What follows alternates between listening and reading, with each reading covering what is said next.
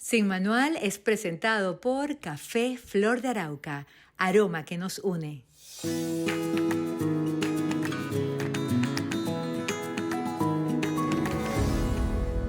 Hola, ¿qué tal? Sean bienvenidos a Sin Manual. Como siempre, yo feliz de abrir esta puerta, de recibirlos acá en esta sala y de conectarnos con lo esencial. Yo siempre me imagino ver Sin Manual, que ustedes vean Sin Manual desde la tranquilidad de su casa o el lugar donde se encuentren, con la disposición de recibir estos mensajes, mensajes que la verdad nos esmeramos mucho en conseguir para compartirlos y para que de alguna manera sean lucecitas dentro de nuestro corazón. Y bueno, y si logramos además algún tipo de cambio o por lo menos las ganas de entender que la vida es un constante cambio y es necesario incorporarnos a ello, tanto mejor. Me voy a ir a España a conversar con una persona que conozco hace, ¿cuántos años, María Gabriela? Más de 50. Más de 50. Yo creo que como 52 ya. 52 años. Y bueno, Mm. la verdad que resulta para mí diferente esta conversación porque por lo general, la mayoría de las veces, bueno, he hecho tantas entrevistas, he conversado con tanta gente, pero son personas que no conozco, son personas que por sus historias de vida, por sus logros, por distintos motivos son noticia o resultan de interés para nosotros y converso con ellas y las entrevisto a través de distintos medios. Y bueno, en esta oportunidad, Gaby y yo, como ya les comentamos, amigas de hace tantos años, de toda una vida, y hoy está acá en Sin Manual porque su historia, por supuesto que los va a cautivar. Dar, compartir, es de los actos más nobles que además se convierte en una de las claves de la felicidad. En Harvard han hecho muchos estudios acerca de la felicidad y una de las cosas que recomiendan es dar. En la medida que seamos empáticos y solidarios, nos va a generar una felicidad que no tiene comparación. Gabriela escribió este libro, Me doy, y cada vez que repaso esta frase, pues la encuentro más cercana y le encuentro más sentido. Porque una cosa es dar objetos, dar tu tiempo, darte. Ya estamos hablando de algo supremo.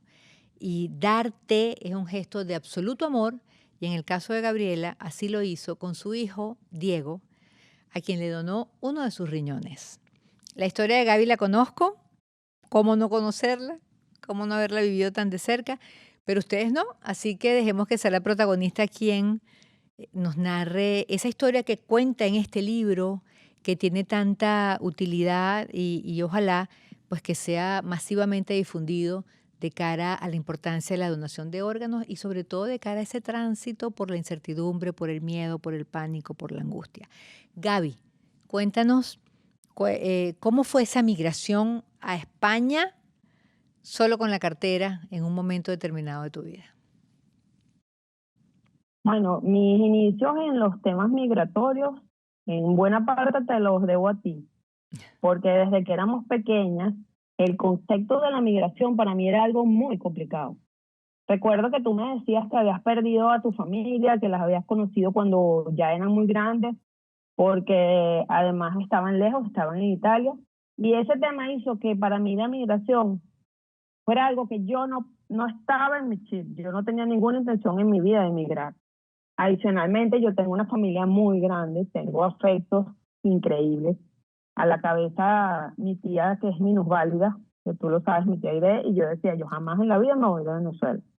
En junio del 2017 Diego fue diagnosticado con un lupus. Él ya había decidido emigrar y estaba en Madrid. El 17 de septiembre del mismo 2017 recibí una llamada diciéndome que lo estaban ingresando en terapia intensiva y que era muy factible que muriera.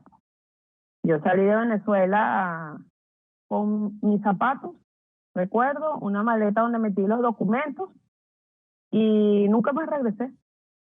Y esa migración a la que tanto temí llegó un día así, inesperadamente, y de la mano de una cosa tan grave como la salud de mi hijo. Diego hizo una crisis lúpica que le dañó su riñón y estuvo 4 años en diálisis hasta que en mayo del 2021 yo le doné mi riñón izquierdo.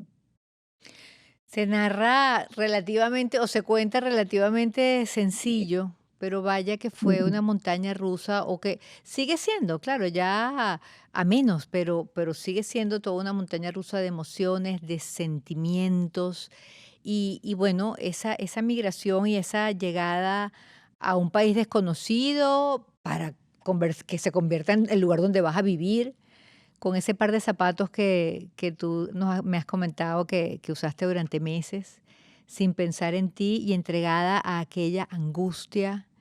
¿Cómo fueron esos meses? ¿Cómo fueron esos años? Y además que estamos hablando de un trasplante en pandemia aún, o sea, todo aún más complicado.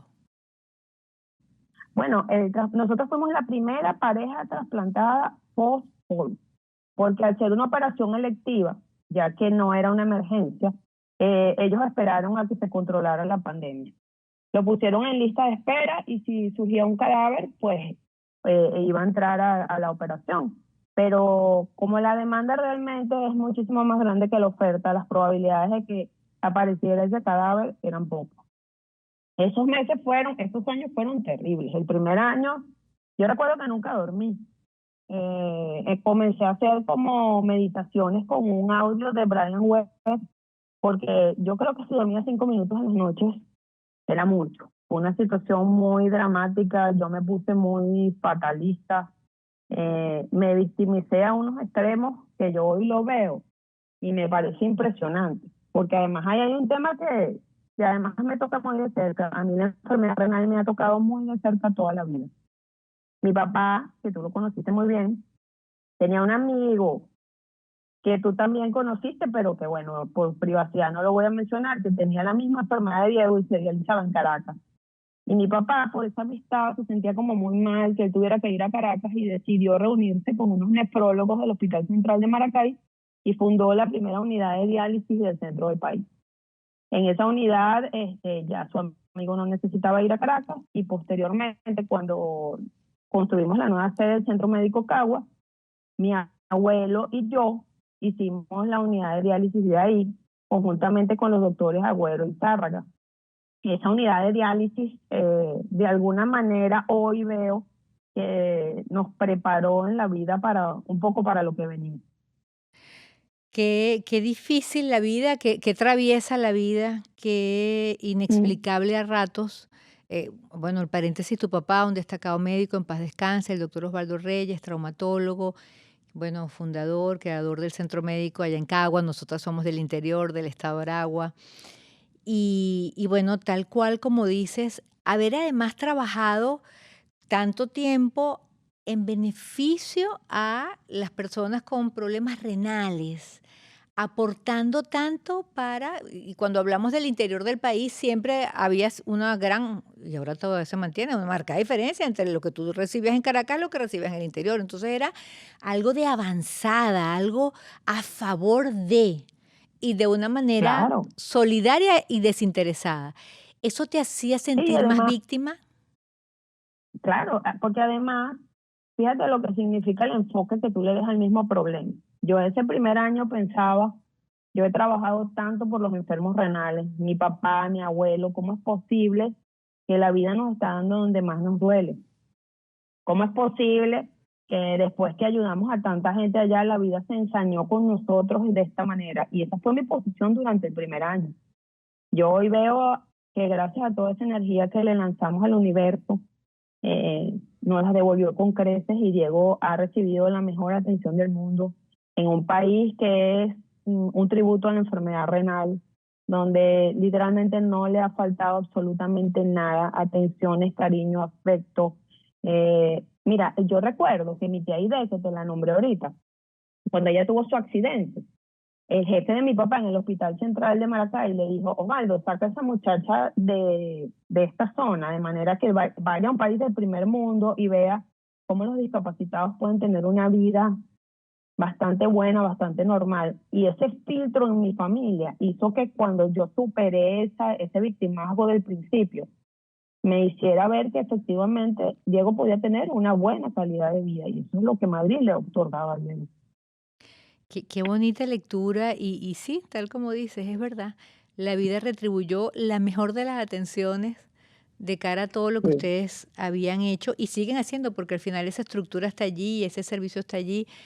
Qué bonito, Gaby. Ahora, volviendo a cómo te podías sentir, sentirnos víctimas creo que es inevitable cuando la tragedia llega, cuando la desgracia toca nuestras vidas. sí, Es sí, parte del proceso, porque es mentira que tú al principio sí. vas a decir gracias, entonces no soy víctima, soy fuerte, soy aquí. Esa no es la humanidad.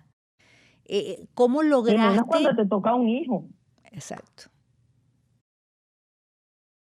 ¿Cómo, Yo cómo creo que lograste? tú lo estás diciendo bien, es parte del proceso. Sería imposible pensar que de una te vas a recuperar, pero también eso te confronta con tus verdaderos valores y te saca a florecer cosas que nunca en la vida sabías que las tenías. Mira, yo trabajo en un ayuntamiento aquí yo estoy en la zona de Valencia, yo trabajo en el ayuntamiento de Gandía. Y yo, inexplicablemente, porque yo no sé qué me pasó a mí en la vida, si yo me pasó en Chile. Y yo estaba en el ascensor cantando. Y un señor se me acercó y me dijo, ¿tú estás cantando? En el medio como pena. Yo, sí. ¿Y qué? ¿Por qué? Porque, no sé, toda esa experiencia me hizo a mí valorar un montón de cosas que yo no veía. Y que, Y tener una actitud tan buena que yo ahora voy por la calle y veo, ay, qué bello está el mar hoy, qué lindo esto. Y yo no era así. Gaby, De verdad que esas situaciones tan duras, tan extremadamente duras, y que obviamente si yo pudiera echar el mundo atrás e involucionar y que mi hijo no viviera eso, yo lo haría. Pero como eso no se puede, pues lo que haces es aprovechar todo lo que aprendiste y las bendiciones que trajo tu vida. Y a mi vida las trajo. Yo tengo una serenidad que yo no me entiendo, no me conozco. qué belleza. Y que además, por esas causalidades de la vida, claro, este capítulo usted lo va a ver cuando lo quiera ver, pero lo estamos grabando justamente el Día de Acción de Gracias, un día en el que muchos países del Exactamente. mundo pues dedican esta noche a dar gracias por tantas cosas recibidas, gracias por el amor, gracias por todo lo bueno. Y qué bonito que sea justo hoy cuando causalmente pues pautamos la conversación y la entrevista. ¿En qué momento se dijo hay que ir a trasplante? ¿En qué momento quedaste tú como la candidata? Que eso está a veces tan remoto que madre e hijo pues puedan hacer ese match. ¿Cómo fue ese proceso? Bueno, yo supe aproximadamente a los 15 días de llegar a la Fundación Jiménez Díaz en Madrid que era inevitable un trasplante. La primera vez que yo oí esa palabra, o sea, era algo que no sabía cómo manejar. Fue durísimo, durísimo, durísimo. De hecho, al principio hubo como alguna ilusión que él pudiera mantener su actividad renal un poquito más, pero no se pudo. Y el proceso comenzó, eh, fueron aproximadamente 3 años y medio en diálisis porque era necesario controlarle a él el lupus, porque si no lo controlaban, había mucho riesgo de que hubiera un ataque lúpico y rechazara el riñón donado. Y en el caso mío, yo siempre supe que yo sería la donante. De hecho, ¿De en verdad? esa oportunidad, sí. Mira, yo como a los 15 días de haber llegado a Madrid, vino Tomás, mi cuñado, tú lo conoces, y él quiso hablar con los nefrólogos, y la relación con los médicos españoles no es como los médicos venezolanos, que tú te lo llevas a tu casa y le haces una arepa, no. Ese día coincidimos y que el director del área de nefrología estaba ahí cuando hablamos con la médico tratante. Y desde que él me vio, me dijo, me alegro de verla joven y fuerte porque usted le va a donar el riñón a su hijo. Wow. Yo no estaba ni tan joven ni tan fuerte, pero él me determinó. Esa gente tiene como demasiada experiencia. Y yo ese día dije, voy a hacer yo, y ya, y lo asumí así, sin ningún tipo de duda, nada, nada. Eh, Después vino un proceso, primero yo tengo un poco de síndrome metabólico, yo tengo el colesterol alto por un problema de hiperlipidemia familiar. Y ellos decidieron de mi parte, porque de parte de Diego debían controlarle el lupus, de parte mía tenían que controlarme eso porque ellos no pueden agarrar y sacar un paciente de diálisis a meter a otro, pues. Entonces fue todo un proceso de lucha contra este pequeño, porque no es algo muy marcado, de manera que yo estuviera suficientemente bien, porque es un deber legal proteger al donante. Nos hicieron las pruebas comenzando el COVID, me acuerdo. nos hicieron las pruebas de compatibilidad y es buenísimo porque fíjate, además del tema sanguíneo, hacen pruebas histológicas porque se determinó que no necesariamente un padre o una madre con la misma sangre es compatible. Entonces, pasado el filtro de la sangre, que yo era la compatible, nos hicieron pruebas histológicas y resultamos, Diego es un clon masculino mío. Y nos dijeron, sí, es perfectamente compatible, Diego ya tiene el lupus controlado. Mira, te voy a contar una cosa bien linda que te va a tocar, porque yo sé que tú eres muy mariana al igual que yo. Yo compré una Virgen de la Milagrosa en una iglesia espectacular en Madrid. La Virgen tiene el manto azul y ella está montada sobre el mundo, y el mundo tiene una culebra verde. Y yo la compré y la puse en mi cuarto y le decía a la Virgen todos los días, te tengo ahí controlando el lupus, tú eres la controladora, tú eres la controladora. Y el día que nos dijeron, el lupus está controlado, Gregorio, mi esposo, pintó la culebra de dorado y ahora se ve que está ahí, o se siente, es un relieve, pero no se ve. Qué bello. Y eso fueron casi 4 años a que controlaron el lupus y que a mí me pusieron en una condición óptima de manera de no poner en riesgo mi salud. Gaby, qué hermoso y Sí. cómo no sentir todo eso que estás contando y además que fue tan bonito también tu evolución interior, cómo te Sí. acercaste a la fe, cómo te vinculaste a tantas cosas que antes sencillamente no sentías, no veías. Háblanos un poco de eso. Bueno, la verdad es que yo estaba un poco alejada porque como yo me divorcié y tú sabes que la Iglesia Católica tiende a ser muy dura con los divorciados. Mm, Recuerdo situaciones como por ejemplo en el colegio donde estudiaron mis hijos. Yo quería llevar la ofrenda el día de la primera comunión, los divorciados allá. No queremos nada con los divorciados. Entonces yo me puse en una actitud irreverente y soberbia y dije, bueno, si no me quieren yo tampoco los quiero. Y me alejé totalmente. En esa época no tenía la conciencia que espiritualidad y religiosidad no necesariamente son lo mismo. No la tenía para nada, a pesar de haber estudiado incluso Derecho Canónico en la Universidad Católica. Entonces, bueno, llegó un momento en la Fundación Jiménez Díaz, hay una capilla hermosísima que tiene una energía increíble y en algún sitio yo siento que estamos hechos de energías ahí. Y un día me rendí, y por eso es el me doy, porque el me doy en México es una contracción de la expresión me doy por rendir. Me rendí, y me rendí no fue que me desesperé ni me entregué, sino dije, mira, sola no puedo. Y recuerdo que me arrodillé en esa capilla y dije, aquí está tu hijo pródigo, fui en una soberbia y sola no puedo. Inició un camino de espiritualidad que estoy disfrutando muchísimo, muchísimo, porque entendí que el universo no me ataca, que cuando se veían mis olas pisadas en la arena era porque Dios me estaba cargando. Y entender eso desde el corazón, no como una lección, es una bendición que no tiene precio en mi vida. qué impresión cómo justo la adversidad más dura se transforma en la Sí. luz más importante que puede cambiar nuestras vidas.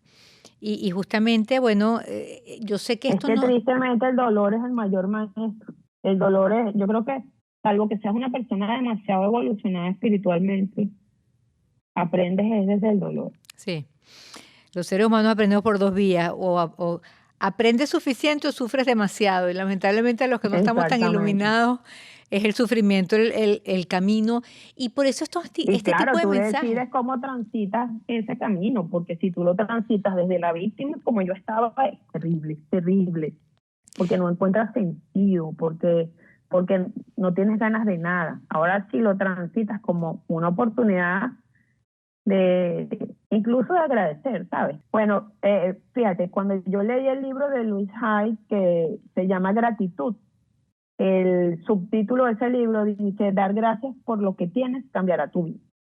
Y yo hoy por hoy lo practico a diario. Y yo creo que la gratitud es la virtud más linda que puedas cultivar en tu vida. Sobre todo, agradecer cuando las cosas son adversas, porque agradecer cuando lo tienes todo, cuando tu vida es eficiente y hermosa, es fácil. Pero Gaby, tú hablas incluso o propones agradecer la adversidad mientras la estás viviendo. Eso casi que es una cosa un gesto de heroicidad. No, no, yo no lo propongo, yo quisiera lograrlo, porque la adversidad tiene muchas caras. La adversidad también tiene la cara de, las, de los aprendizajes, y eso sí se aprende, Claro, claro, y claro. eso sí se agradece. Claro, y como parte de ese agradecimiento, pues tú has escrito un libro y estás en redes y sé que esa no es tu área, esta no es tu área de confort, tú eres abogada con posgrado, volviste a estudiar la carrera en España, o sea, eres una mujer súper culta, preparada, pero el tema cámaras, redes, pues no es tu fuerte y sin embargo, pues estás comenzando un camino maravilloso porque Me Doy, que ahora nos dices cómo se puede conseguir, es un libro que puede ayudar a tanta gente que puede estar atravesando una situación similar en cuanto a que sea un trasplante o no, una situación adversa que tantas hay, que tantas se nos presentan en la vida, mejor, no tal vez no tan difícil, pero menos complicado conociendo tu experiencia. Lo que sucede es que yo intentaba, fíjate, cuando yo fui a enfrentar el trasplante, yo quería conversar con una persona que fuera donante viva de riñón, a ver cómo era su vida. Yo quería saber si había quedado limitada, quería saber si era posible hacer bicicleta, yo quería saber si psicológicamente pues, podía estar afectada. Y en esa búsqueda le ofrecí a la Comunidad de Madrid hacerlo, la receptividad no fue buena y busqué la vía y creo que la vía ha sido este libro, porque ahí narro yo mi experiencia como donante viva de riñón. Yo creo que es necesario concientizar a la sociedad de la necesidad de donar. Cuando te mueres, pues yo creo que es imprescindible, porque no haces nada con que se descompongan tus órganos cuando hay tanta necesidad de órganos. Y cuando estás vivo, pues es una evidencia que suceden cosas maravillosas y que tu vida continúa. Yo hoy por hoy, mira, yo después del trasplante eh, estoy enfrentando una nueva realidad laboral, me casé, ando bicicleta, me estoy cuidando más que antes de ser trasplantada porque ese miedo te genera, pues de alguna manera, estadísticamente está demostrado que los donantes de riñón comienzan a tener una vida más saludable. Por tu ayuda y tu iniciativa, fui donde las personas del método Abrahamson y dejé el azúcar. Y ahorita, hace como un mes que no te lo había contado, estuve en el endocrinólogo y tengo todos los valores controlados. Wow. Entonces, como que qué bueno para alguien que le toque enfrentar eso, que se dé cuenta que la vida continúa. Que se dé cuenta que la vida continúa y que continúa de una manera maravillosa y que se transforma entonces esos anteojos que tú cargas literalmente de manera metafórica, la vida la ves distinta. Y ya hablamos del apoyo que tuviste Sí, en la fe y quiero hablar de otro apoyo, porque aquí adentro está, esto me lo traje de España, además que nos vimos con Gaby hace poco y Gaby teje. Y miren este José Gregorio Hernández, que además para los venezolanos es tan significativo.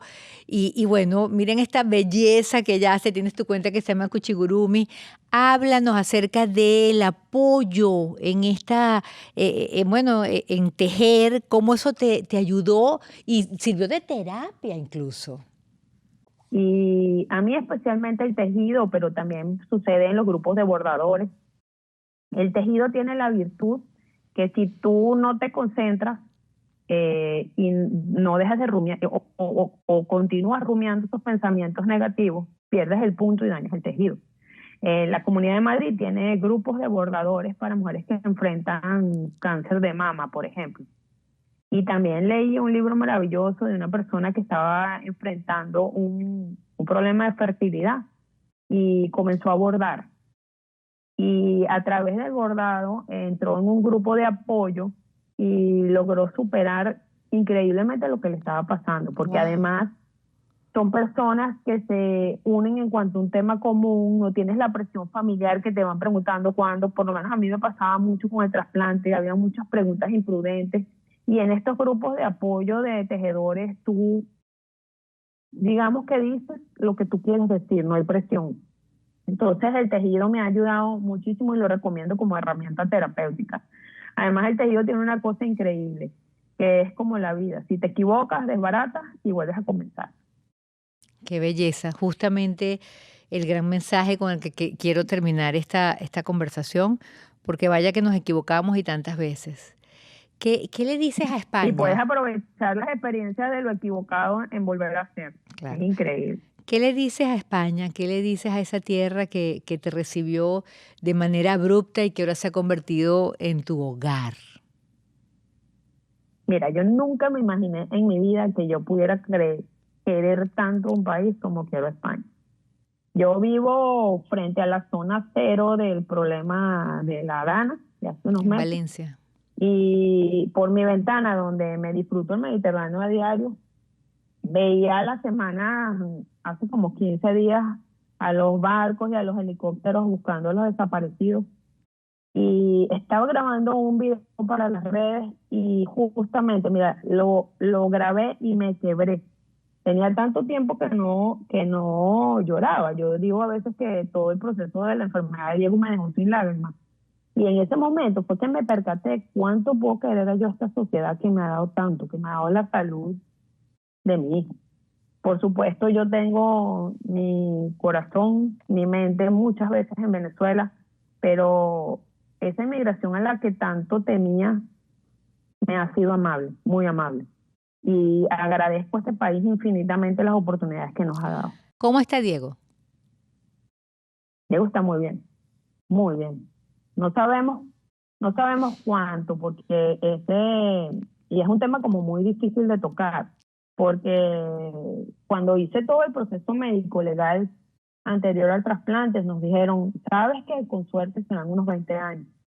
Hay personas que han batido el récord Guinness y han durado 50 años. No sabemos dónde estamos y yo creo que si una cosa vine yo a aprender en esta vida fue a manejar la incertidumbre. Porque a través de las técnicas que explico en el libro he logrado como que controlar a voluntad los pensamientos y cada vez que ese pensamiento me llega a la mente digo no lo pienso hoy, lo pienso mañana. Y aspiro que ese día que llegue tengamos la fortaleza que tuvimos ahorita y además más herramientas, pero vivir pensando en eso quizá un dolor tan grande como el propio hecho. Así es. Bueno, amén. Y por supuesto, la ciencia avanza a pasos agigantados y bueno, creo que todos al final Sí. siempre tenemos un miedo y lo tenemos ahí en la almohada, pero mantenerlo a raya justo es el gran Bueno, desafío y y el gran en reto. ese punto es como bien interesante que toquemos el tema de tu prólogo y todo lo que significó ese paralelismo de haber enfrentado el mundo de los trasplantes de diferentes perspectivas Así es. y cómo ese camino nos hizo mejores personas. Es un camino duro, un camino que a ratos parecía que no podíamos salir.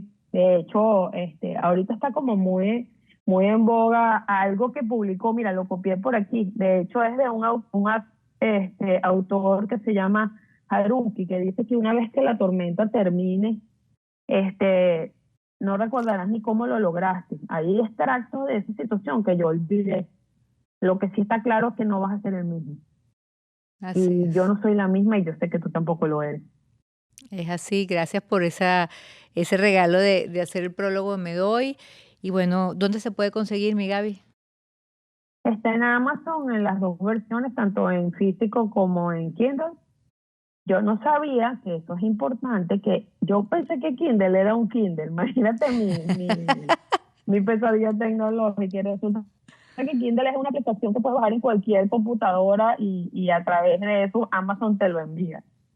Y tenemos muchos extractos publicados en las redes que son es Es- eh, Medoy-185 Guión porque el bajo. trasplante fue el 18/5. Ah, ok. El día de, el, sí, el día del natalicio de tu papa amado, San Juan Pablo San II, Juan Pablo quien II. además fue un gran propulsor de la donación y quien dijo que es probablemente el acto de amor más grande que puedas hacer por el prójimo. Y es que todo cuadró, todas las piezas cuadraron. Lamentablemente se nos acaba el tiempo porque tenemos incluso mucho de qué conversar y de qué hablar, pero lo importante es que ojalá puedan ubicar el libro, concientizarnos. Justamente hoy además se está haciendo un trasplante de médula a una persona que aprecio mucho, gracias a la bondad de alguien vivo que atraviesa un proceso para la extracción de células madre y va a dar vida a otra persona. Qué hermoso, qué grande. Bueno, tal como tú has Gloria a Dios, hecho. sí. Y bueno, Gaby, sabes que te quiero. Y yo a ti. Besitos, mi amor. Gracias por Un tanto beso, nos vemos y pronto. gracias por todo este esfuerzo y toda esta maravilla que estás haciendo a través del libro Médula. Concienticémonos de la importancia de donar. Es Así es, demasiado importante donar. así es. Importante, grande y necesario. Y más en nuestros países, imagínate tú. Gracias, mi Sí. Gaby. Un abrazo. Igual, cariños. Y bueno, por supuesto, Chao. gracias a todos ustedes por estar ahí, por habernos acompañado en esta conversación entre dos amigas de más de 50 años de conocernos. Y bueno, sí, fui testigo de cada palabra de lo que Gaby nos narró, de lo que ha sido esta historia de vida, que no concluye. ¿Y quién ha dicho que la vida es fácil? ¿Y quién ha dicho que la vida es...? No, señor, lo que la vida es un milagro. Y hay que vivirlo como tal y celebrar ese milagro de la vida un día a la vez. Ya mañana se verá. Gracias por estar ahí y hasta la próxima oportunidad de Sin Manual.